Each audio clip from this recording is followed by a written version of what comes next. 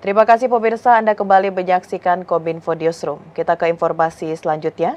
Komisi Pemilihan Umum telah menetapkan hari pemungutan suara pemilu serentak pada 14 Februari 2024. Presiden Joko Widodo menegaskan bahwa jadwal pemilu serentak pada 2024 tidak berubah dan akan diselenggarakan sesuai kesepakatan yang telah dibuat antara pemerintah dan stakeholder terkait.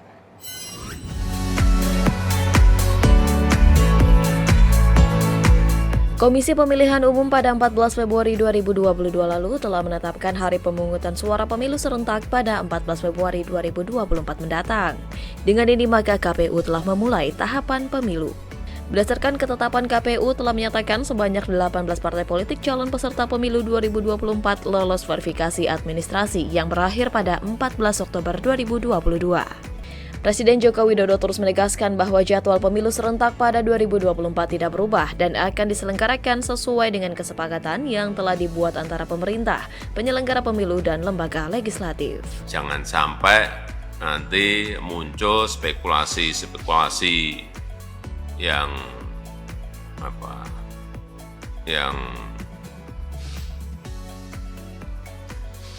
isunya beredar di masyarakat bahwa pemerintah tengah berupaya untuk melakukan penundaan pemilu atau spekulasi mengenai perpanjangan jabatan presiden dan juga yang berkaitan dengan soal 3 periode. Karena jelas bahwa kita telah sepakat pemilu dilaksanakan tanggal 14 Februari dan pilkada dilaksanakan nanti di November 2024. Sudah jelas semuanya. Guna menciptakan iklim demokrasi yang baik, KPU terus menjalin kerjasama dengan berbagai organisasi seperti universitas dan asosiasi keilmuan serta kepolisian Republik Indonesia sebagai upaya untuk menciptakan penyelenggaraan pemilu 2024 yang aman dan berkualitas. Dengan pemilu berkualitas diharapkan menghasilkan sosok hebat yang terpilih untuk melanjutkan langkah-langkah positif Indonesia yang sudah dicapai pada periode ini. Direktur Jenderal Kependudukan dan Pencatatan Sipil Kementerian Dalam Negeri Zudan Arif Fakhrullah mengajak berbagai lembaga terkait termasuk penyelenggara pemilu, baik Komisi Pemilihan Umum maupun Badan Pengawas Pemilu, segera melapor apabila menemukan penduduk yang belum memiliki nomor induk kependudukan. Ditjen Dukcapil akan berkoordinasi dengan pihak terkait untuk melakukan jemput bola dalam rangka pembuatan identitas atau data kependudukan.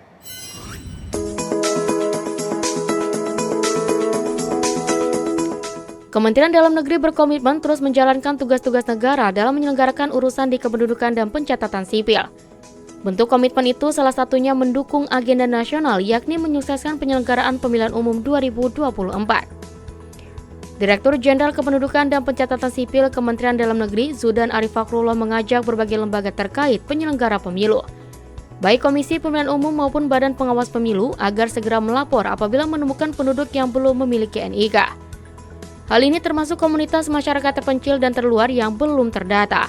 Ditjen Dukcapil akan berkoordinasi dengan pihak terkait untuk melakukan jemput bola dalam rangka pembuatan identitas atau data kependudukan.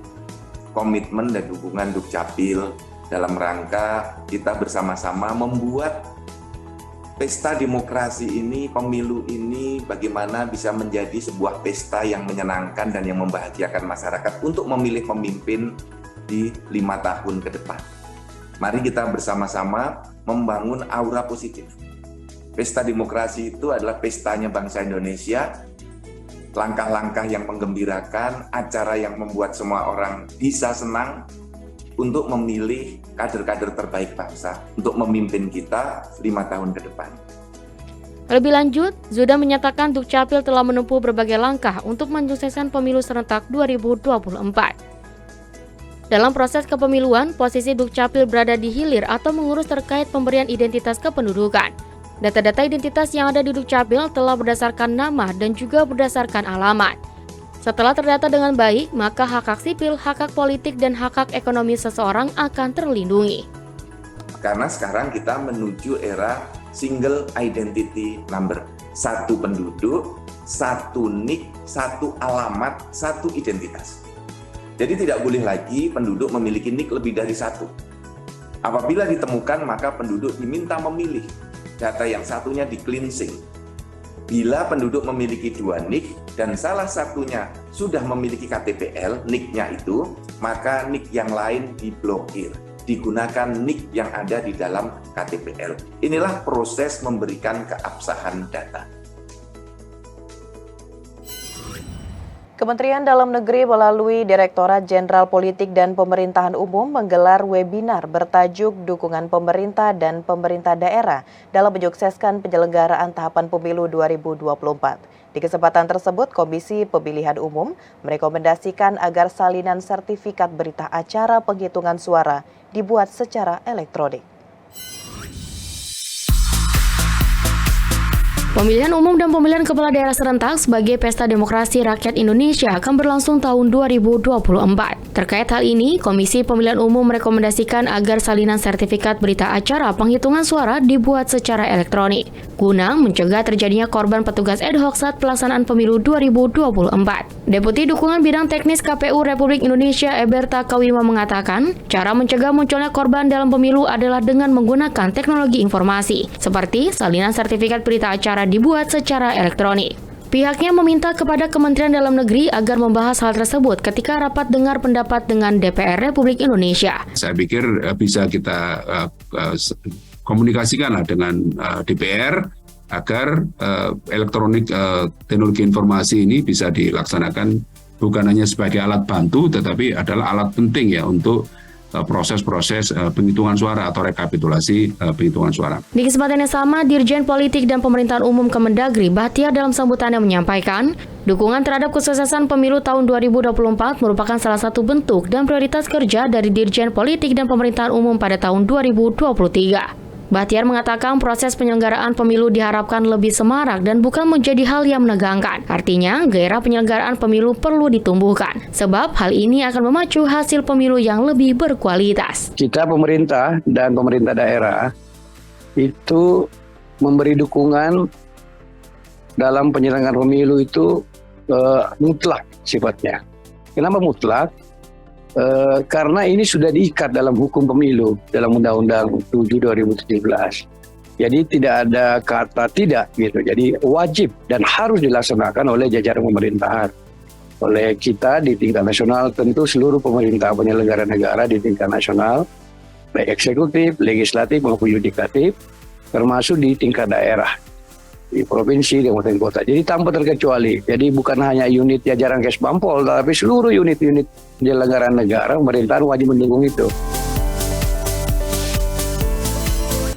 Pemirsa, 8 dari 9 fraksi yang ada di DPR RI meminta agar Mahkamah Konstitusi tetap mempertahankan aturan sistem proporsional terbuka atau mencoblos calon anggota legislatif di pemilu 2024.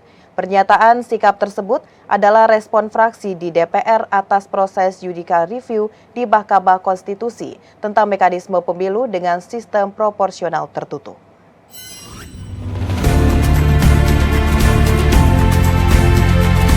8 dari 9 fraksi yang ada di DPR RI meminta agar Mahkamah Konstitusi tetap mempertahankan aturan sistem proporsional terbuka atau mencoblos calon anggota legislatif di pemilu 2024. Pernyataan sikap tersebut adalah respon fraksi di DPR atau proses judicial review di Mahkamah Konstitusi tentang mekanisme pemilu dengan sistem proporsional tertutup.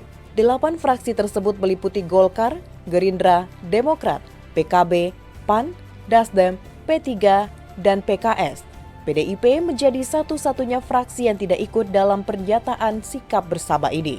Ketua Komisi 2 DPR RI Ahmad Doli Kurnia Tanjung melalui laman resmi dpr.go.id mengungkapkan, pernyataan tersebut merupakan salah satu upaya yang dilakukan 8 fraksi untuk terus mengawal pertumbuhan demokrasi Indonesia agar tetap ke arah yang lebih maju dan mengingatkan KPU untuk bekerja sesuai dengan amanat undang-undang serta independen.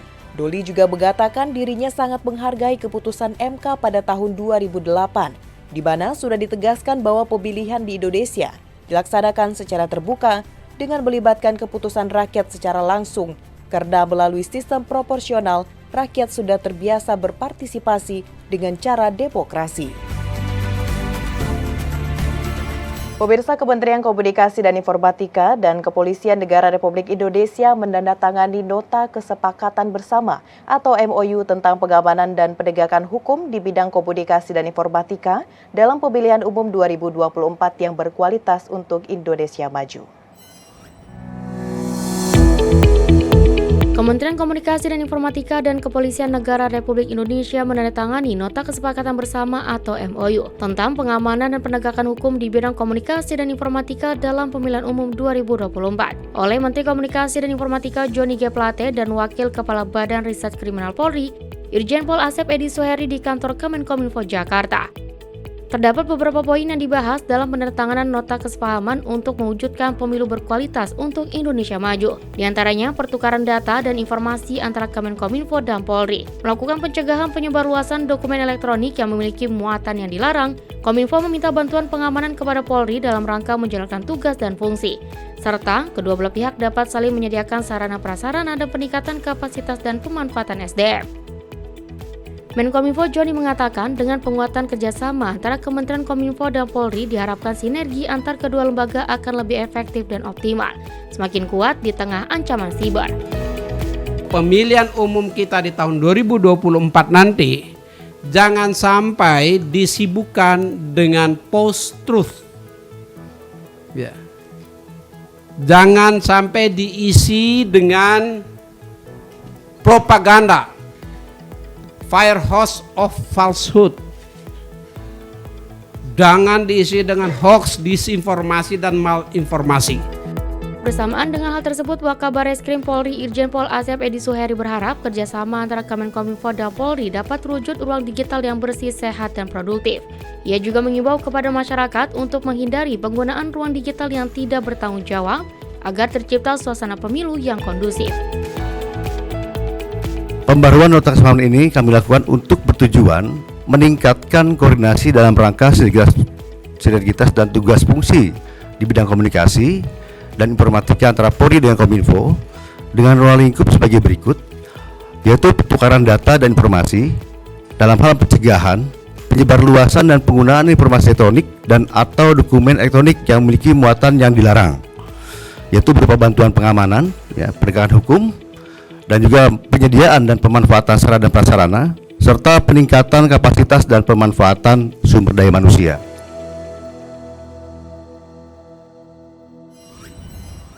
Pemirsa, setelah jeda pariwara, kami akan kembali dengan informasi lainnya. Tetaplah bersama Kominfo Newsroom.